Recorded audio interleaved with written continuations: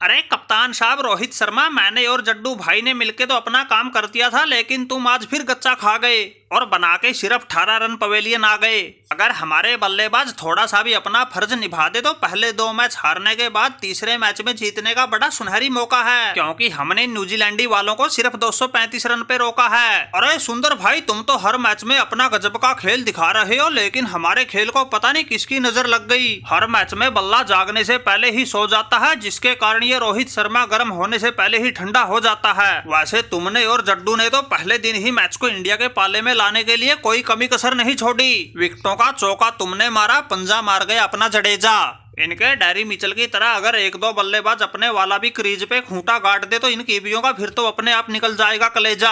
वरना भाई इन कीवियों ने तो ऐसा खराब कर रखा है भेजा, इस रोहित शर्मा को रात को नींद आनी भी बंद हो गई। अरे रोहित शर्मा भाई, इसीलिए तो इस टॉम लाथम को तुम पे तरस आ गया और हमने जानबूझकर वो मिचेल सेंटनर बाहर बैठा दिया, वरना तुम्हारी पूरी पलटन के घुटने टिकवाने के लिए तो वो शेर अकेला ही काफी था। अरे तुम कितने बड़े धुरंधर हो, ये तो हमने पहले 2 मैच में ही देख लिया था। हमारा सीरीज पर कब्जा पहले ही हो चुका है, इसलिए हमने सोचा क्यों बेचारों को घर में घुसकर जलील किया। इसलिए हमने इस मैच में मिचेल सेंटनर को न खिला के तुम्हें यह आखिरी मैच जीतने का मौका दिया। अरे बात सुनवाई फटफटिए, तुम्हारा पहले 2 मैचों में तुक्का क्या लग गया, तुम तो बिल्कुल हवाबाजी पे उतर आए। इस मैच में जड्डू का ऐसा जादू चलेगा, तुम्हें अकेला ही ये चींटियों की तरह कुचलेगा। पहली पारी में तो विकेटों का सिर्फ पंजा ही लगाया है, दूसरी में तो बिल्कुल 7-8 लगा दूंगा। अगर जरूरत पड़ी तो बल्लेबाजी में भी 2-2 हाथ करके दिखा दूंगा।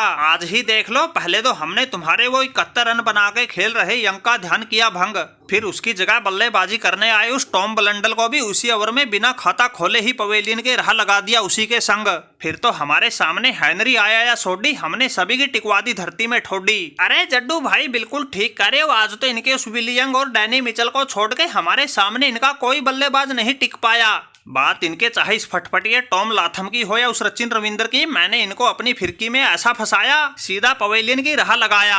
और जिस हिसाब से अपने गिल और जायसवाल भाई ने बल्लेबाजी में अपना खेल दिखाया, उसको देखकर तो ऐसा लगता है इन कीवियों का इस मैच में तो हर हाल में डब्बा गोल करेंगे। अरे सुंदर भाई, हमारी मर्जी के बिना तुम अभी से जीत के सपने मत देखो। पूरा हिंदुस्तान अच्छे से जानता है इस टॉम लाथम के खुरापाती दिमाग को। ऐसा दिमाग घुमाऊंगा, पासा पलटते बिल्कुल भी देर नहीं लगाऊंगा। अगर आ गया अपने वाली पे, जो पहले 2 मैच में किया था वही इस तीसरे में भी कर दिखाऊंगा। ये तो मैं इस रोहित शर्मा पे थोड़ा तरस खा के सोच रहा था क्यों सीरीज पर 3-0 से कब्जा करके मेजबानों का सारा मजा किरकिरा किया, लेकिन अब तुम्हें सबक सिखाना ही पड़ेगा। जायसवाल और सिराज को लगातार 2 गेंदों पे निपटा के 78 पर तुम्हें तीसरा झटका तो दे ही दिया है। चौथा विकेट करके रन आउट उस कोहली को भी आड़े हाथों ले लिया है। बाकी बच्चों का काम तमाम कल आते ही कर देंगे।